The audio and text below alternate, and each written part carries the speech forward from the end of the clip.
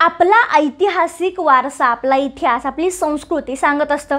पण हल्लीच्या मॉडर्न युगात संस्कृती हरवत चालली अशी टीका होते. पण त्यासोबतच आता ऐतिहासिक वारसा स्थळं देखील गुदमरतात. मी असं म्हणण्याचं कारण म्हणजे मालेगावच्या भुईकोट किल्ल्यावरील अतिक्रमण. भुईकोट किल्ला कधी मोकळा श्वास घेणार असा प्रश्न सध्या उपस्थित होतोय.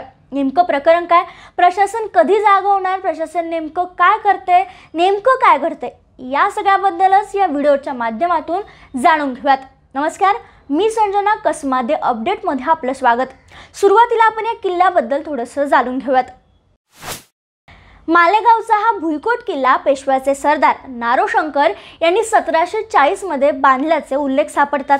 हा भुईकोट बांधण्यापूर्वी नारोशंकर यांनी पेशव्यांची परवानगी घेऊनच मोसम नदीच्या काठाची जागा निश्चित केली.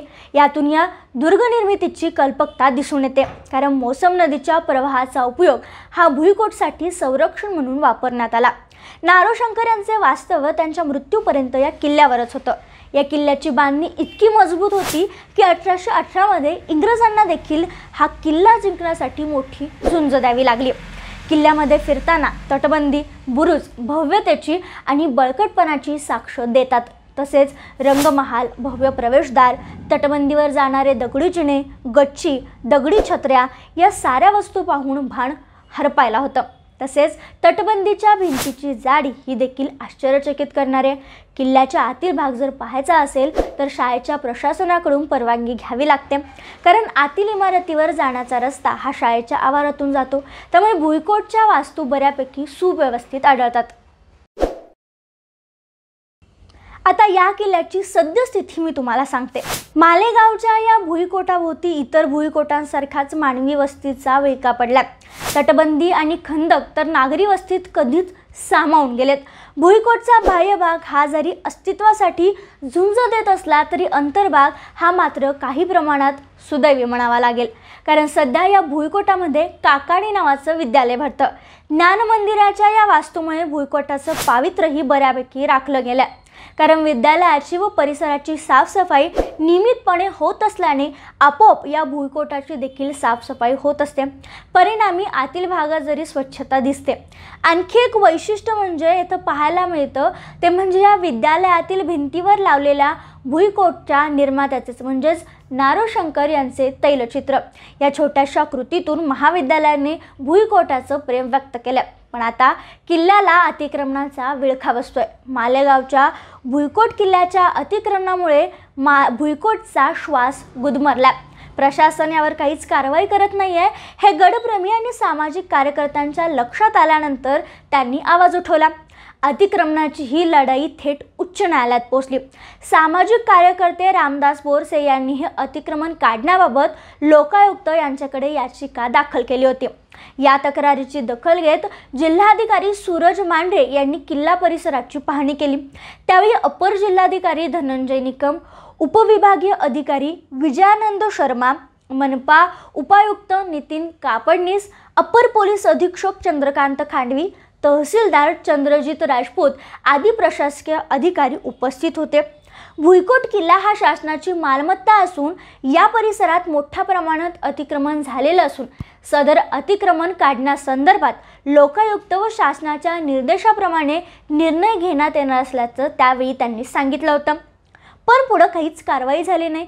पुढं मालेगाव येथील स्थानिक भुईकोट किल्ला बचाव समिती तसेच रामदास बोरसे यांच्यासह मालेगाव शहरातील वेगवेगळ्या सामाजिक संघटनांनी एकत्र येत याचिका दाखल केली आणि त्यानंतर न्यायालयातून अतिक्रमण काढण्याचे आदेश देखील देण्यात आले. पण इतकं असूनही मालेगाव प्रशासनाचे मात्र डोळे बंदच आहेत, कारण प्रशासनानं काहीही कारवाई केली नाही. न्यायालयाच्या निर्देशानंतर देखील या ठिकाणी महानगरपालिकेकडून कोणतीच कारवाई करण्यात आली नाही. त्यामुळे मालेगावच्या प्रशासनानं न्यायालयाच्या आदेशाला केराची टोपली दाखवली आहे असं म्हणलं तरी काहीच हरकत नाही. मग या ठिकाणी ज्यांनी अतिक्रमण केले त्यांच्यावर प्रशासनाचा आशीर्वाद आहे का असा प्रश्न या ठिकाणी उपस्थित व्हायला नक्कीच वावा. नेते मंडळी येतात आणि आश्वासन देऊन जातात, कारण आयुक्तांनी अतिक्रमण तात्काळ काढावं असं आवाहन भाजप आमदार नितेश राणे यांनी केलं होतं. लवकरात लवकर किल्ल्याला अतिक्रमणातून मुक्त करा, अन्यथा आम्ही स्वतः बुलडोझर चालवू, असं देखील नितेश राणे यांनी म्हणलं होतं. मग नितेश राणे अजूनही गप्प का? मग यानंतर तरी नितेश राणे दखल घेतील का, हे पाहणं महत्त्वाचं आहे. या सगळ्यावरून असं दिसून येतं की नाशिक जिल्हा प्रशासन, मालेगाव महानगरपालिका तसेच संबंधित संपूर्ण यंत्रणा जाणीवपूर्वक किल्ल्याच्या या विषयाकडे दुर्लक्ष करते.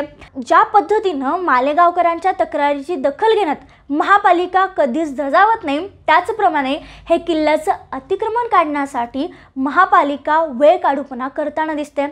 आता विशाळगडासारखी तणावाची परिस्थिती निर्माण होण्याची वाट मालेगाव प्रशासन पाहतंय का? आणि तसं नसेल तर मग सामाजिक कार्यकर्त्यांना इतकं का करावं लागतंय? मग प्रशासनाची गरज तरी काय? अखेर हा किल्ला मोकळा श्वास कधी घेणार आहे? असे सगळे प्रश्न आम्ही कसमध्ये अपडेटच्या माध्यमातून सगळ्यांनाच विचारू इच्छितो.